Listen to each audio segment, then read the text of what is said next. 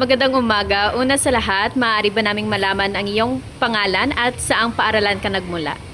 Magandang umaga, ako ay si Chris Iskita mula sa Nagas Occidental High School. Magandang umaga sa ulit. So, ang katanungan po namin ay ano ang iyong reaksyon o hamon sa pamahalaan matapos maglaan ang DepEd ng 19.5 billion para sa paglilimbag ng mga bagong aklat sa taong panuruan 2026-2027?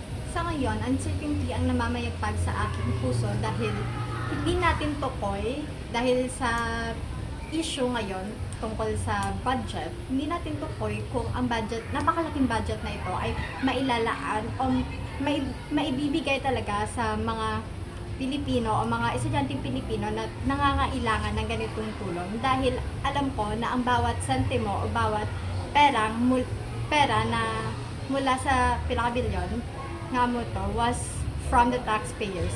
And gusto ko lang talaga na maibigay sa mga Pilipino ang nararapat na serbisyo. Thank you. Thank you po.